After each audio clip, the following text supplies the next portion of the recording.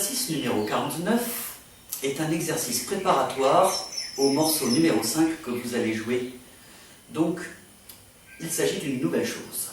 Vous allez jouer avec tout l'archet, vous allez avoir des silences, comme dans le morceau précédent, vous vous en souvenez sans doute. Mais au lieu de laisser l'archet sur place et ensuite repartir dans l'autre sens, vous allez revenir au talon à chaque fois. Vous allez jouer une note, donc 2 temps pleins, vous arrêtez l'archet au bout du 3e temps, stop. Et là, au lieu d'attendre 2 temps de silence, vous allez revenir le plus vite que vous pouvez, mais sans bruit parasite, au talon, pour faire la note suivante, qui est dans l'exercice numéro 49 pour la 3e mesure. Vous simplement vous répétez la même note. Je vous montre. 1, 2, 3, je reviens très vite au talon. 4, je me repose. Et 1, je repars. 2, 3, etc. Je recommence. 1, 2, 3, je reviens très vite. 4, je me repose. 1, et ainsi de suite. Lorsque vous avez des changements de cordes, ça sera la même chose. Au lieu de revenir simplement sur la même corde, vous allez vous changer de corde pendant le silence. Voici un exemple avec le silence, le 2e silence du morceau numéro 49. Vous allez avoir corde David, Ré. 1,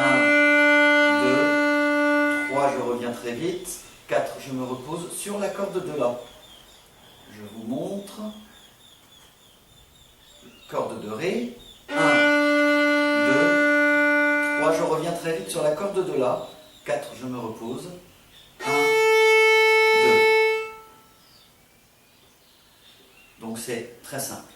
Le seul problème, évidemment, c'est de revenir le plus vite que vous pouvez, car vous avez comme objectif de pouvoir le faire dans des morceaux rapides. Le morceau numéro 5 va appliquer directement le retour au talon pendant les silences que vous venez de voir dans l'exercice numéro 49. Mais en plus, vous allez devoir poser les doigts pendant le silence, comme vous l'avez fait dans le morceau précédent. Donc, par exemple, dans le morceau numéro 5, mesure 4, vous avez une demi-pause et vous devez préparer votre 2e doigt Fa dièse de la mesure suivante pendant la demi-pause, tout en revenant au talon. Donc l'idéal serait de pouvoir faire 1, 2, 3, je reviens et je pose les 2 doigts. 4, je me repose. Et le temps suivant, je démarre. Je recommence.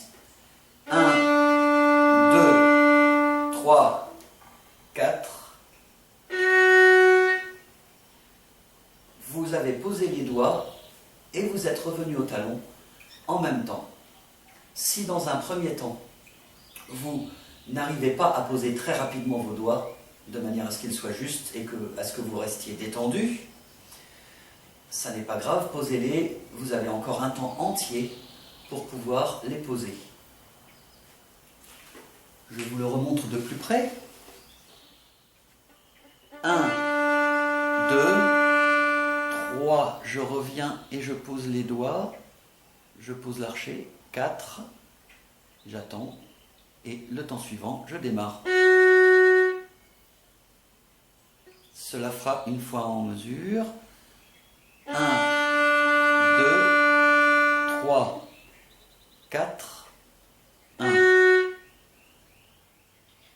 Si vous êtes plus lent, ça n'est pas grave. 1, 2, 3, 4, 1.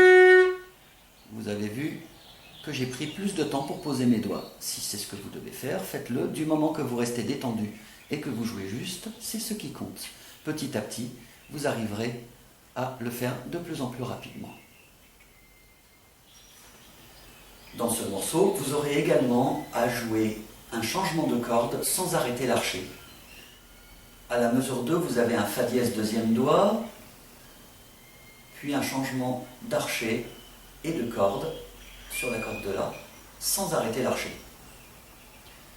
Veillez bien à ce qu'il n'y ait pas de décalage de son.